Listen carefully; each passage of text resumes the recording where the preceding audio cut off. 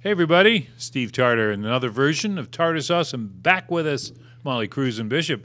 Molly, welcome back. Thank you. Good morning. Happy to be here. Let's tick off your titles here. You have a podcast. I do. On what area is it on? My new one or old one?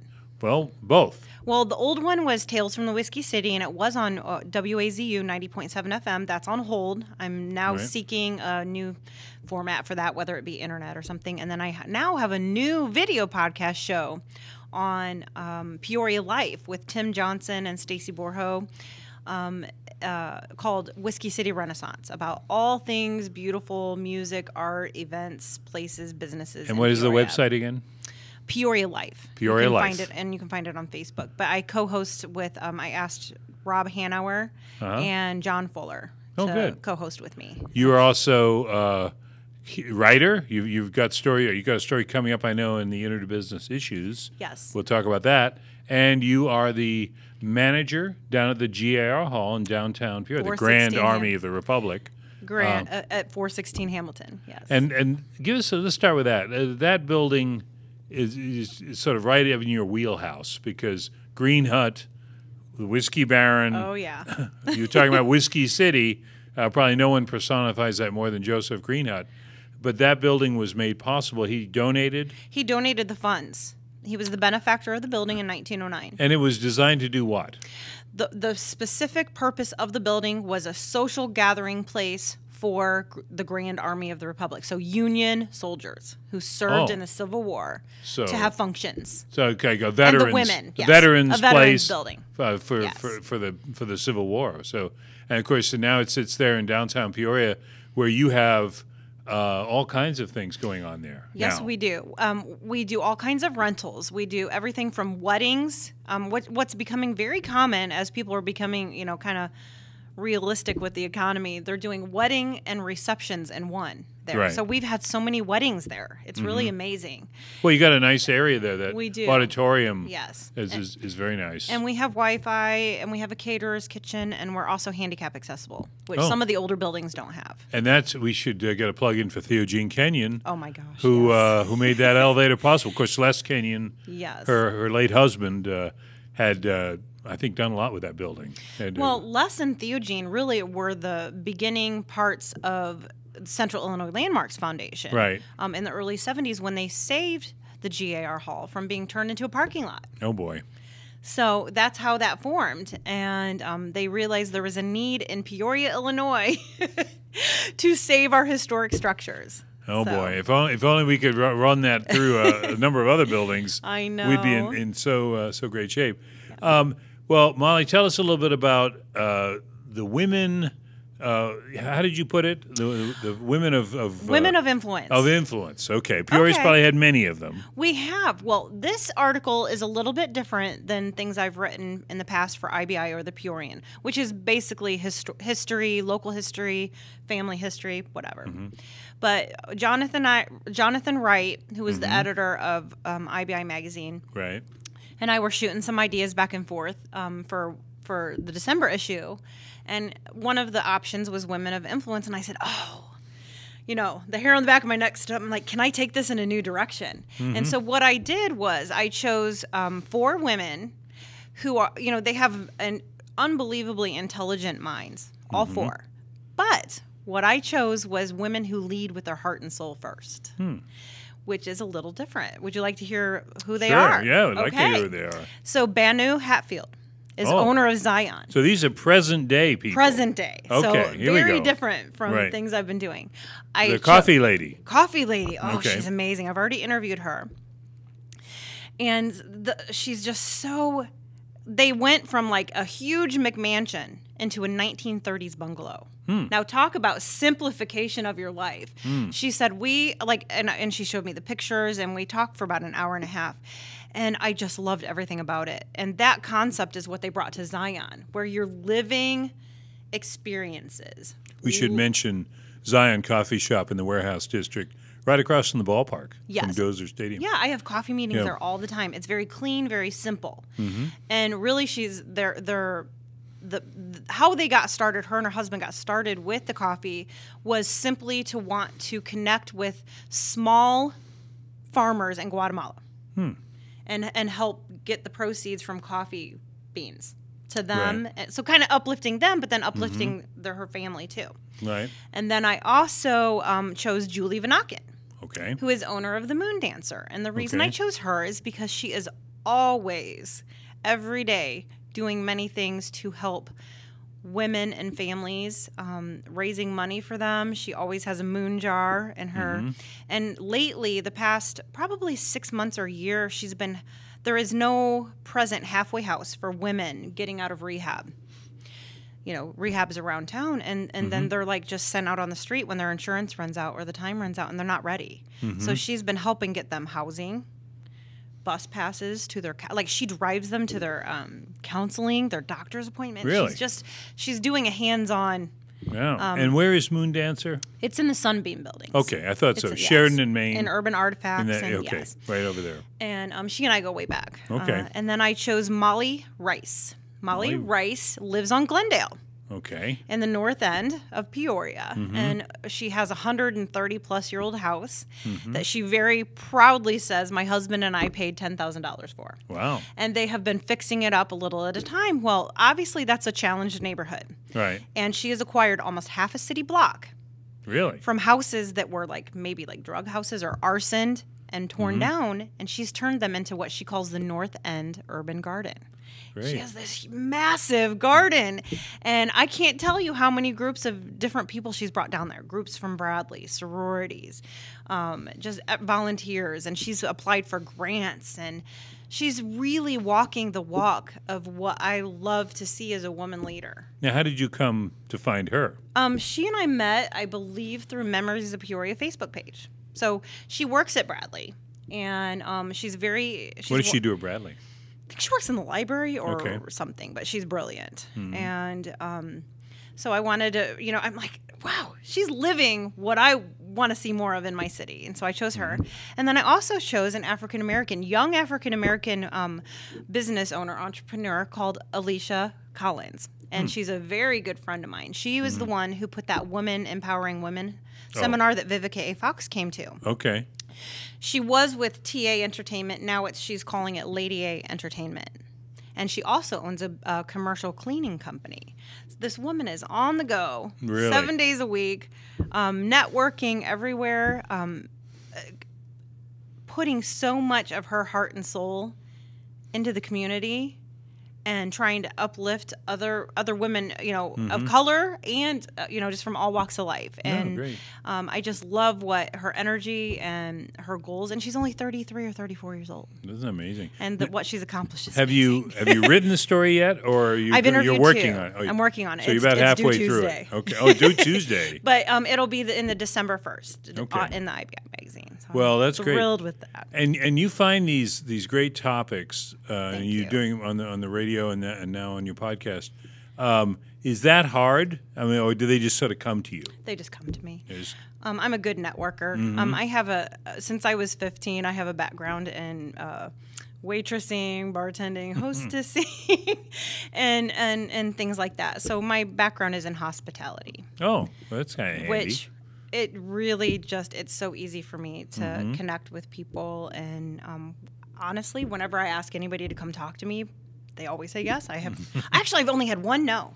I've had hundreds of yeses and maybe one no. And it was because they were undercover detectives. You mean to do an interview? Is that what you're saying? Interview, coffee meeting, potential projects. I'm always looking for new projects or how I can help connect other people in the city to each other. Good.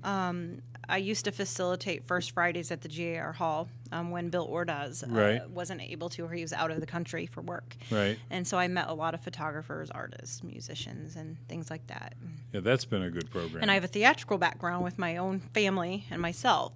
So I try to connect people. Oh, good. It all comes in handy. And it's free, and it takes a few clicks, Now, you're online a lot. Right, I am. That's the best way now, I guess, to make connection with the folks. How do you find that? What's your tendency? Is it do you go in the morning, or do you do it on and off? Or Good question. Very good question. I manage about 5 Facebook pages. wow, I have a Tales from the Whiskey City. Dandelion Soup is a children's historical and arts one that I haven't delved too much into yet. I haven't put that much. Did you start that? I did. Oh. Yeah.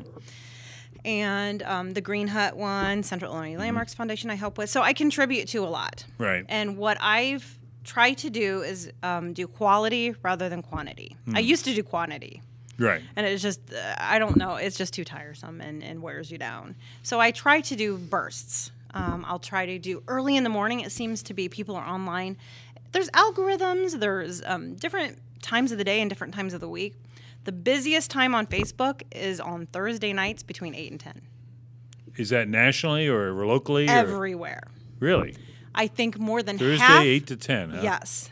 And it's because they're wondering what's going on that weekend. Oh, I see. They want to know, okay, is there an event going on tomorrow night? Is there something going Saturday? Is there an art event? What's happening? Absolutely. And so now I'm getting better at streamlining. I used to spend a couple hours a day on it, and I can't do it. Do you do Twitter? I've just started Twitter. No. I don't do Twitter. I do Instagram. Okay. Well, I've heard from... I need to learn Twitter. I think it was Amy Blaine, who you may know. Yes, nicely. Who just did a story on her website, and that she's been doing that for a while. Was saying that her daughter, who I think works in town here, had told her that Facebook was like writing letters. In other words, it's kind of become old-fashioned or something. When things become popular, and that Instagram was the way to go now. Instagram is for the younger, but people from your age to my age to down to the 20s, they're on it a couple times a day. Oh. Most people, I would say from what I've studied, about half of Americans have a Facebook account and are on it 2 to 3 times a day. Oh. And it's pretty much they get bored at work. They're Right. at work for an hour. They've been working for an hour. They just check in, do a little check-in and a little posting. Then they'll come back at maybe after lunch. Not on their lunch. So there's certain times of the day. Yeah. And so I have a couple thousand followers on Tales from the Whiskey City. I have other writers sometimes contribute articles and things like that. And so it's a learning process. But I definitely need to. I love the streamlining of it. Have we tapped out on stories from the Whiskey City? Oh no! No pun intended. No. I interviewed Norm Kelly, historian and writer. Norm Kelly we know 2 Norm. times. I know. I love him. He didn't like me so much the first time I met him, but the second time we just clicked, and man, we just became very good friends. And we emailed. Well, Norm's got an ornery side that you got to get past. He is. But he's a lovable old But he's dude. kind of like my dad, so. Yeah. He'll be thrilled to sweet, hear that. He's got a big heart, and he knows a lot, and what he knows is valuable. And so I could probably interview just him and get for all 3 kinds years of straight. Yeah, and know one part of Peoria. Then I could interview Ken Zerski and know a little bit more. Or somebody could interview me, and I have my own stuff to bring to the table. So there's many. It seems to be hip and trending. The Memory of Peoria Facebook page has like almost 10,000 followers. That's pretty incredible. Yeah. On just history from Peoria. Nothing else. Well, I've always thought, and sometimes it takes someone that comes from somewhere else to realize it, but Peoria does have a lot of history. I mean, I think every place has history, of course. But Peoria, because it dates back pretty long and because its past was pretty illustrious, the very thing we're talking about, the whole distilling industry. Distilling. So, and for me, it goes back to Pimatau. I don't even know if that's how you say exactly. it. The French or the Indian. French and the Native Americans, the indigenous, people who were here for tens of thousands of years before we Absolutely. got here. So we're going way back. But back. You forget, I guess maybe others remember, but I tend to forget. We're talking a lot nowadays about the warehouse district. And all the good things that are coming down there and how it's being refashioned, Zion and all the rest. And all of that is due to the distilling industry that created that warehouse district. And really, if you want to get, if we could give credit to one person, it would be Captain Joseph Greenhut. Yeah. Because he helped form He was the instrument who brought his vision of the Great Western Distillery. And nowadays, we look back, and that was a monopoly. Well, I was going to say. But they gave tons of their money away to upbuild Right. Peoria and charity. The taxes from it helped win the Civil War, actually. Right. You know? So it Well, wasn't all bad. we have to, I guess, we owe a debt of thanks to our whiskey barons. We do. But we probably also have to, look at it like, wow, they didn't exactly do it just for the love. I mean, as you said, they gave a lot to the community, but look at the house he built for himself. He didn't skimp on anything. I know, and his wife was Clara Wolfner. There was two distilling families so that there were sounded two- similar. Wolfner. It was like a merger. And Woolner. Yeah. So he married Clara Wolfner. So Yeah. that was, and her brothers and father, they were involved in the distilling, and Sure. and it was just amazing. Yeah, and we've had the folks on who, of course, own the place now. Charles and his wife have been on the Bobbitt, show. yes. Yeah, Bobbitt, and that's fascinating when you take a tour of that place, you just look at it and know what it was it was broken up into apartments and pretty fancy apartments too, and they did that in the 20s, But That was actually when they sold it to her brother. or the brother took it Because over. the Green Huts moved to New York. Right. I think maybe some of the Monopoly stuff was catching up with him. had to keep moving. From and so they kind of moved to New York, and actually they have a huge family mausoleum there Do they? that he and his wife are buried. But some of his children are buried here. Okay. Yeah. Are they in Springdale? They are in Springdale, yes, next to Wolfner's. And actually, it's a primarily a Jewish section. Oh, okay. Because they were Jewish and they were from the same part of Austria. So there's just all kinds of history here in Peoria. What's coming up for you as far as, you got the article on the influential women. You got anything on the radar beyond that now? I mean, you planning out an article? I do. I have a couple things going on. I still contribute to the Peorian, so I should have one article for that next week. And then I just got hired by Pastel Magazine at Limelight to write commercially, interview businesses. Okay. So an ad. So that's kind of something new too. I'm writing a book that should be done, I think, in December with a lady named Lisa Gavin, and it's called Footprints of Our Forefathers. And it's really kind of cool. It's about our ancestors, our ancestors' treks from Europe to Peoria. What was going on in Europe? Why did they leave Europe? What happened when they got here? Are you using real, actual examples? Yes, it's nonfiction. Yes. Nonfiction, okay. Yep, it's going to be like a coffee table book, probably about 8 chapters, 120 pages, something that you can pick up and read, learn about. Like her family was German. They were part of forming St. Joseph's Church. Mm-hmm. My family were Irish. We were part of forming St. Mark's Church. My great-grandmother, Ellen McGowan Needham, went around the West Bluff raising money to actually fund the building of St. Mark's Church. Really? And so the physical buildup that the average person was doing in Peoria. So it's fun. We love the whiskey barons and all that kind of stuff and the sensational stuff that Norm brings. But this is like, okay, what were the average people living like? What was life like? And her grandfather actually was a water boy for Silco in the early 1900s. What's a water boy? Other than he was like 14 or 16, and he would ride his bike with jugs of water to bring to the people who were working when electricity was new. Oh, the workers, the electrical workers. Yes. Ah. I mean, there wasn't a lot of cars yet. Oh, wow. Not everybody had electricity. And then my grandpa worked for the Rock Island Railroad and worked at the sugar glucose, at a distilling. At the Pekin? in Peoria. In Peoria. The sugar glucose refining. Oh. Something. So it'll be that's coming up. So let's see. You're writing a book. Yeah. You got 5 websites you're managing or involving. 5 Facebook pages. Facebook pages. Yeah. Okay. And you got your podcast you're doing. You raise a family. You check on your Facebook accounts a couple of times a day. Yeah. When do you eat? Or sleep? Well, I'm trying not to right now.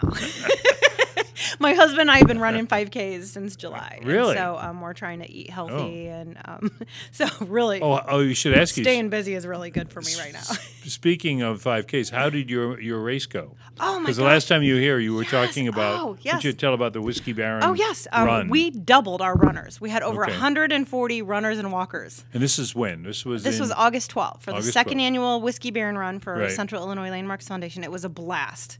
It was wild. We went through literally, I think, six fifths of whiskey afterwards. Wow. And I don't drink, so. So a good time was had by all. It was wonderful. Yes, just a great feeling. It was just very fun. And then my husband and I we ran the 5K for the East Bluff Sunrise, and that was fun. We shaved off 10 minutes off our average 5K. So. And what is the East Bluff Sunrise? It was a couple weeks ago, and the money funds the East Bluff Community Center, where Wazoo is. Okay, and we should talk about Wazoo a little bit. Yeah. I know that because that's something that maybe some people have read about or heard about. It's definitely a little bittersweet. Or not heard about, as the case may be. This is WAZU 90.7 is the community radio station where you had a show for about a year. Was it more than a year? It was exactly a year and like 2 weeks. And this was Tales of Whiskey City. Tales from Whiskey City. And you did a half-hour program. It was on Saturday mornings. Saturday mornings at 10:30. Where you just talked to about history. Yes, it was mainly history. I delved into politicians during political season and some other things, but I didn't enjoy that. So right. I don't plan on doing that again. Didn't like that. Didn't like those I sojourns plan to stick into to art, music, and history. There we go. And events. But the station, we should mention, has kind of changed formats. It has completely. It's been struggling with finances for many years before I came on board. Yeah, and of course it's a tough road to hoe when you're an I guess has it's an educational it was a commercial license. Free. Yeah. Yes. You can do underwriting as you can on the public radio, but that's always a tough sell, I think. And so anyway, we'll keep you apprised of that. But so that kind of with that door closed, but we should mention the East Bluff Community Center is where that station was housed. Yes. For a while. It's still there. Okay, I'll just tell you what happened. Yeah. The owner of the station, Jeremy, is such a nice man. He's been struggling with some health issues, and it's really been kind of like on the line since I've been on board. Right. Where it's just maybe not like in a great position, and so. Last week, I was informed by Roger Monroe that his show was going to be done, I think, November 10th. And then my show was done because mine would have been a week out. And they were switching the format to completely hip-hop, 24/7, nothing else. And so that's completely different than talk radio. Yeah. In case you're wondering when you turn on the radio, I need a new outlet for that. I have the ability to record on my laptop, actually, and edit and post as a podcast. But... I had a brief conversation with Roger Monroe, and hopefully there'll be some endeavors that we can find new outlets for our radio. Well, and I know I think they're important to the community. And Roger's he's used to this because he's been on and off a number of stations. I know I talked to him over the years, and as he told me, he says his theme song should be "On the Road Again" by Willie Nelson. But yeah, and he's got a great show and a great following. Well, he'll find something. You know that. So I'm hoping to kind of connect with that. Right. Possibly. Right. Now, when you're looking at all these outlets and you've got writing going on, and what do you enjoy the most? Because you seem to be in so many different areas. What is there one thing that kind of gives you a little more pleasure than the others? The thing that I love the most is writing. Okay. And I take that back. The thing I really love the most is researching. Oh, okay. So. Preparing to write. I love the learning process because I find, especially with history or interviewing people, so even when I'm like interviewing a person for an article, this can connect with that. I love the process of discovery. And where do you do that? Sometimes at the library, sometimes in meetings, sometimes with people's things they have in their house, like old paperwork at the Historical Society, random, all over the place, and do my digging. And I think it's a treasure hunt for me. And I like that when you open a door, it's always a rabbit's hole. You always find like 10 more new things to look and find out about. Do we have a need in Peoria to have a more history? I mean, in terms of, I know we have the museum now, and the library, of course, does a great job with their special collections. Oh, absolutely. And I think we should mention the one at Bradley, too. Yes. Which Linda Aylward, Chris Ferris, Amber Lowry. Yes, they're very helpful. I mean, we have people that are really into that. Do we need more history, a place for it, a depository? We guess do. GAR Hall is a good example of that. Yes, we have tons of history there as well. Yes, I think the need, from my perspective and what I have like a long-term goal, is to bring it into the schools. Oh, yeah. as guest speakers. I was actually able to. I was a guest speaker at Roosevelt a year or two ago, and then I was a guest speaker with Horizons. And your topic is selected, some sort of Peoria history item. Yeah, something that I write about. And I was able to tell them about Annie Malone, Elizabeth Lindsay Davis, and I'm always trying to find new outlets to be a I feel like I'm a facilitator of what I discover, and I want to share it in any capacity. Right. And I was able to bring, I had a living history museum at the Whiskey Baron Run. Oh, I had 12 local characters. Yeah. but they were real people. Well, I saw Paul Gordon. What part did he play? Paul Gordon was Robert Ingersoll. Okay, because I saw him in which he's controversial. The picture of the group was taken in, and I think it was in the Art and Music, one of the Art and Society magazine. Art and Society. They were, oh my gosh, they're so good to me, and they're so good to CILF. That's like the fourth thing that they've shared in their magazines about the Whiskey Baron Run and the history thing. So thank you to Jonathan. Group shot that showed all those folks from Peoria history. And yes. Of course, you pick out the people you know. Yeah. Paul Gordon, who worked here at the Journal Star. Do you know Chris Peterlin? He was Mayor Woodruff. Okay. All right. It looked like a good group. You did a good job thank you. casting on that one. Thank you. But so is that on the horizon for next year, the race? I think so. I'm about 90% sure. It just depends. We had the competition with someone kind of doing a similar theme, which was okay. I like. You got it was plenty bittersweet. of whiskey runs right and left, and so I have to walk the walk of more is better. You know, more history is better, and be open to. I really don't know, and I also since writing is my first love. I don't know where it's going to take me. Yeah. Well, that's keeping your options open. I keep all my options open. And really, it's been Paul Gordon, he said, he goes, when do you sleep? Yeah. To me. And I said, you know what? I raised kids for 25 years. My oldest will be 26. Oh. And my youngest is 9. So I really didn't start venturing outside the home until he started kindergarten. So everything I do, I basically do when my kids are in school. Okay. And then when I'm home. So now we know when to call you for a history tip. Wait till the kids are in school. Wait till they're in school. And let Molly know about this. And that's why I'm history. able to do a lot of the things. So people are like, you're over here, you're over there. Well, for me, I did my good time of what I felt called to do in that part of my life, and I'm throwing all my passion into this now.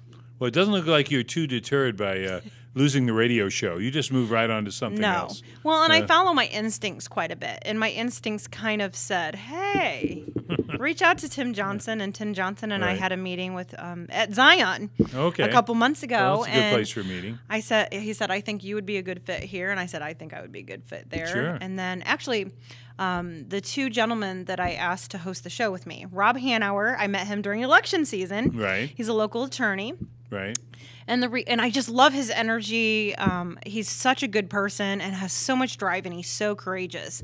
And I wanted to have him have a forum to express his fun side and his that part about him. And then John Fuller actually just invested in 5 different warehouse buildings in downtown Peoria, and he lives in a Whiskey Baron mansion. In Bradley Park, near Bradley Park. And so I thought, this will just be perfect because all 3 of us have things going on where we work or play in downtown involving Peoria. History too. Involve the history, and they're both interested in music and the arts as well, which I am passionate about that. So. Well, we'll have to check that out, and I know people are going to be hearing from you either through your website or your Facebook page or through the magazine Interbusiness Issues. And hey, we want to thank you for coming on here, Molly. Thank you. Keep us posted. I will. And can I do a shout out for my daughter? Oh, please. My daughter played Elizabeth Shipp in the Peoria Springdale tours. With Chip Joyce and everybody. And she's actually in Rock of Ages coming up at Peoria Players Theater. Elizabeth Shipp is? She was a Bonnie and Clyde character from Peoria's past. Ah. It was hilarious. So if you hilariously want more, sad. have to look it up on. But she's in Rock of Ages at Peoria Players now. Her name is Amanda Matalozzo. So chip off the old block. Chip here, Joyce, huh? yes. Well, the history just rolls on. And I just had a coffee meeting with Paul Gordon yesterday, and we saw Roger Romer, and he goes, Roger Romer is actually in Rock of Ages, and I thought, oh my gosh, Peoria's so small and connected. Well, the thing about Peoria is it can be. I just had somebody ask me the other day. They said, "How come I never see you around?" And I thought, well, that's part of Peoria's charm, I guess, if you want to say that. It's both a small town and large enough that you can be anonymous sometimes, depending, I guess, how fast you move. And I don't move very fast, so that's pretty clear. But, it's that right size, I think. It is. We have 120,000. We have a lot of diversity here. We have almost 30,000 African Americans. We have 10,000 or so Hispanic people living here. It's getting more diverse, and it's very exciting. And it feels like there's just the reason I chose the name Renaissance is it means rebirth. I really feel a growth coming in Peoria. Would you have time to apply for that EDC job, Economic Development? They're looking for a CEO. You should get over there and add one more thing. Good. I love it. I like how you think, Steve. Oh, well. Molly, we like how you think. And we want to thank Matt Dayhoff at the controls here today, because otherwise, thank you so much and for having me. We wouldn't get this thing out there. But hey, we'll see you next time. Thank you. You come back. I would love to. Okay. Thank you so much. Oh, you're welcome.